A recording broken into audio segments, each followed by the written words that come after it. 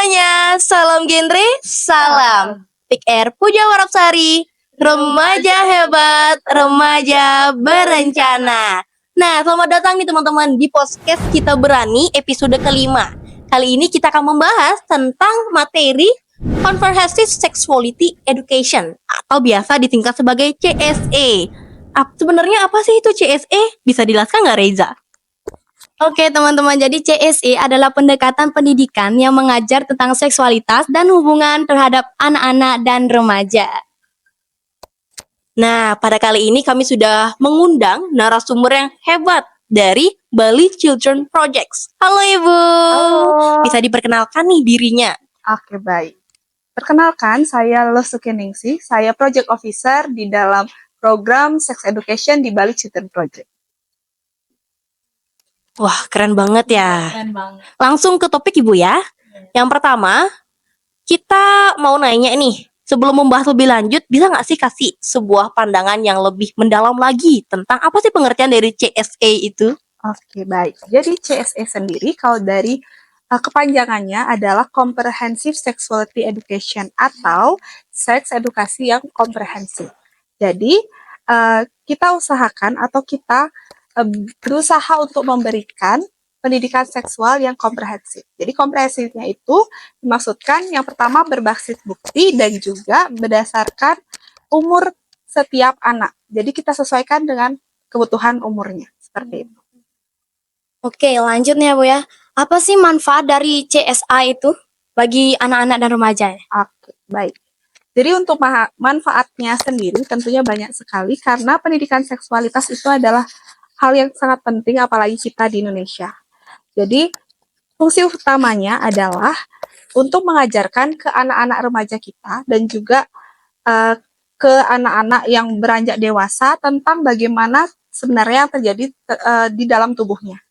Jadi anak-anak dikenalkan proses di dalam tubuhnya terkait dengan seksualitas dan juga bagaimana cara mengambil keputusan yang bijak untuk tubuhnya. Sebenarnya itu yang fokus dari CSE itu sendiri. Oh, mengenai tentang CSE nih Kak, kan dibilang katanya tadi itu CSE mengajarkan tentang pemberian edukasi kepada anak-anak tentang bagaimana yang ada dalam tubuh mereka, pembatasan mereka. Kira-kira nih, gimana sih sebenarnya CSE itu bisa diimplementasikan? Kira-kira ada nggak caranya? Oke, tentu ada. Jadi di internasional berusaha menyediakan material dalam bentuk pendidikan yang kita buat dalam bentuk kurikulum yang disebut dengan Comprehensive Sexuality Education yang harapannya itu bisa digunakan di seluruh negara-negara, termasuk negara kita di Indonesia, yang fungsinya untuk memberikan pendidikan tentang seksualitas. Jadi diimplementasikan, harapannya bisa diterima di anak-anak sekolah karena pendidikan seks itu ada dikenal atau bisa diberikan ke seluruh anak-anak itu di sekolah yang paling pendekatan yang paling mudahnya. Tapi tentunya harus disesuaikan. Jadi karena seks itu atau pendidikan seks itu tergantung dari tempat atau kepercayaan setiap daerah sehingga harus disesuaikan. Kalau misalnya kita di Indonesia karena adat kita ketimuran, jadi kita sesuaikan dengan bagaimana kepercayaan dan keyakinan kita seperti itu. Tadi sempat juga menyinggung tentang kurikulumnya Kak ya. Betul. Aku kepo nih, gimana sih sebenarnya kurikulum dari CSE ini? Ya, jadi kurikulum CSE itu kita asalnya dari internasional ya. Itu dibagi-bagi ada tentang tubuh, ada tentang kehamilan, ada tentang kekerasan seksual dan lain sebagainya. Namun dalam implementasinya kita dibagi lagi. Jadi berdasarkan usianya. Di SD itu berbeda dengan yang disampaikan di SMP. Begitu juga yang nanti disampaikan di SMA. Sehingga CSE ini harapannya bisa diterima di setiap tingkatan, tidak hanya di SMP, tidak hanya di SMA, tapi dari SD, SMP, dan SMA semua bisa menerima seks edukasi ini. Seperti itu. Sesuai dengan umur berarti. Betul. Apa tantangan yang dihadapi dalam implementasi CSE dan bagaimana sih Kak solusinya? Oke.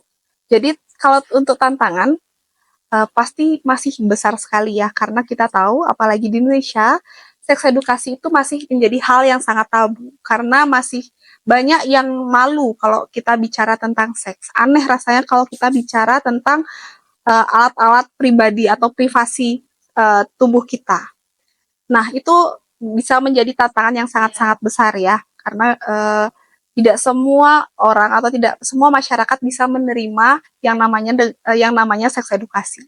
Sehingga kita berusaha menyelipkan pendidikan seks ini di tiap pertemuan kita tentunya di sekolah. Jadi supaya anak-anak di usia dini sudah mengenal ternyata seks edukasi itu sesuatu yang penting untuk tubuh kita, sesuatu yang kita perlukan untuk kita mengambil keputusan di nanti saat dewasa seperti.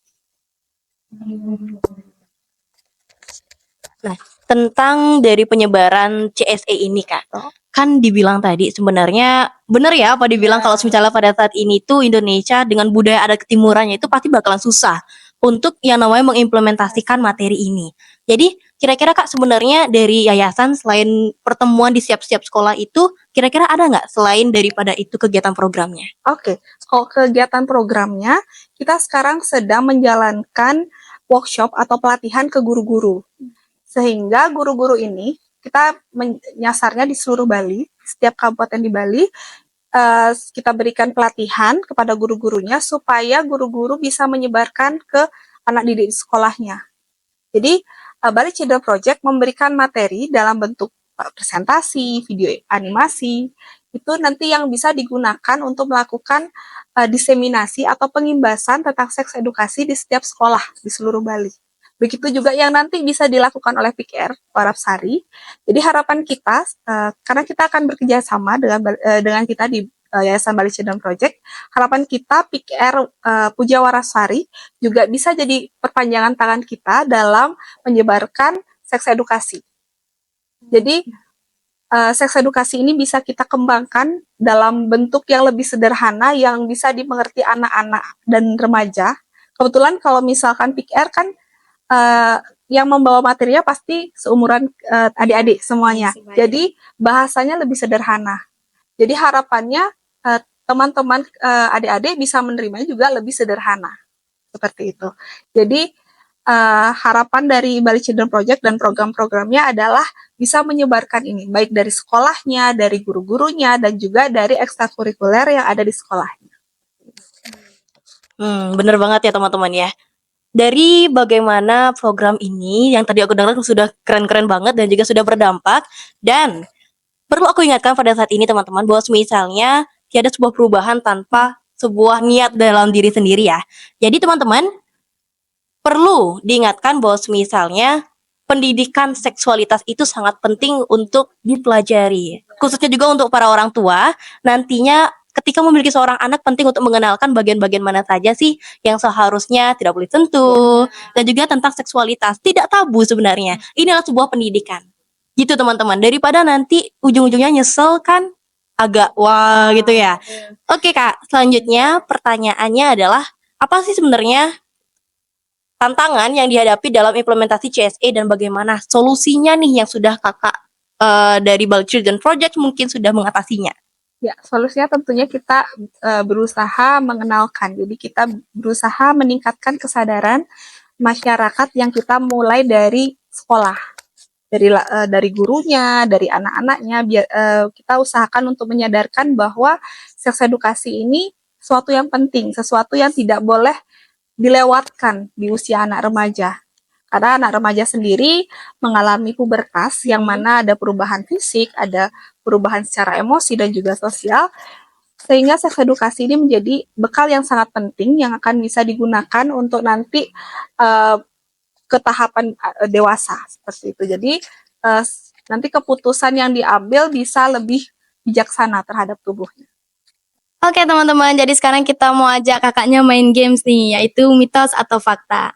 Sekarang aku mau bahas dulu tentang peraturannya. Jadi nanti kita berdua nih akan ngasih pertanyaan dan kakaknya bisa jawab mitos atau fakta. Lanjut aja ke pertanyaan yang pertama ya kak ya. Pendidikan CSE dapat Langsung aja. Langsung aja. Aduh. Oh, langsung aja. Ya langsung aja. Nanti kan bisa di-cut. Bisa di-cut. Langsung aja. Dari pendidikannya. Ya. Pendidikan CSE meningkatkan risiko perilaku seksual terhadap remaja, mitos atau fakta? Tentunya itu mitos ya, karena CSE sendiri, Comprehensive Sexuality Education, itu mengajarkan bahaya perilaku seksual yang beresiko dan juga memberikan contoh perilaku seksual yang sehat. Sehingga anak remaja kita bisa membedakan yang mana yang perlu dilakukan dan yang mana yang tidak perlu dilakukan. Sehingga nanti harapannya anak remaja kita bisa memilih mana yang bagus untuk dirinya, seperti itu. Oke, selanjutnya nih Kak ya. Pendidikan komprehensif seksual dapat membantu remaja membuat keputusan yang lebih tepat tentang seksualitas mereka dan juga kesehatan reproduksi. Gimana, fakta atau mitos nih Kak? Pastinya itu fakta ya, karena pendidikan seksualitas sendiri memang mengajarkan tentang seluruh proses tubuhnya dan juga secara seksualitas, sehingga anak remaja kita itu bisa melihat dan bertanggung jawab terhadap dirinya sendiri, sehingga dia tidak mudah terpancing untuk melakukan perilaku-perilaku seksual yang berisiko. Oke Kak, sekarang pertanyaan terakhir nih. Yap. Pendidikan CSE hanya penting untuk remaja perempuan dan bukan remaja laki-laki. Mitos atau fakta? Mitos ya. Mungkin kalau misalkan kita dengarkan pendidikan seksual itu hampir sebagian arahnya ke perempuan, tapi pendidikan seksual sebenarnya diperuntukkan kepada laki-laki dan perempuan. Jadi semua orang penting untuk menerima yang namanya seks edukasi. Ya, setiap orang penting tahu bagaimana tubuhnya dan bagaimana cara bertanggung jawab terhadap dirinya secara seksualitas. Nah, itu dia tadi teman-teman pemaparan tentang Comprehensive Sexuality Education atau CSE. Nah, teman-teman, CSE atau kita kenal sebagai Comprehensive Sexuality Education itu adalah sebuah pendidikan tentang seksualitas yang penting sekali untuk diajarkan kepada anak-anak, khususnya lagi pada kita para remaja ya, tanpa memandang gender ya teman-teman, ingat itu. Karena ini adalah sebuah pendidikan, bukanlah suatu hal yang tabu. Maka dari itu, mari mulai dari sekarang kita berantas istilah tabu itu dan mulai untuk melindungi diri dengan mempelajari tentang CSE. Nah, terima kasih Kakak Suke telah memaparkan materi tentang apa sih sebenarnya itu CSE pada kali ini, sehingga mendapat wawasan nih kami semua, dapat menambah wawasan.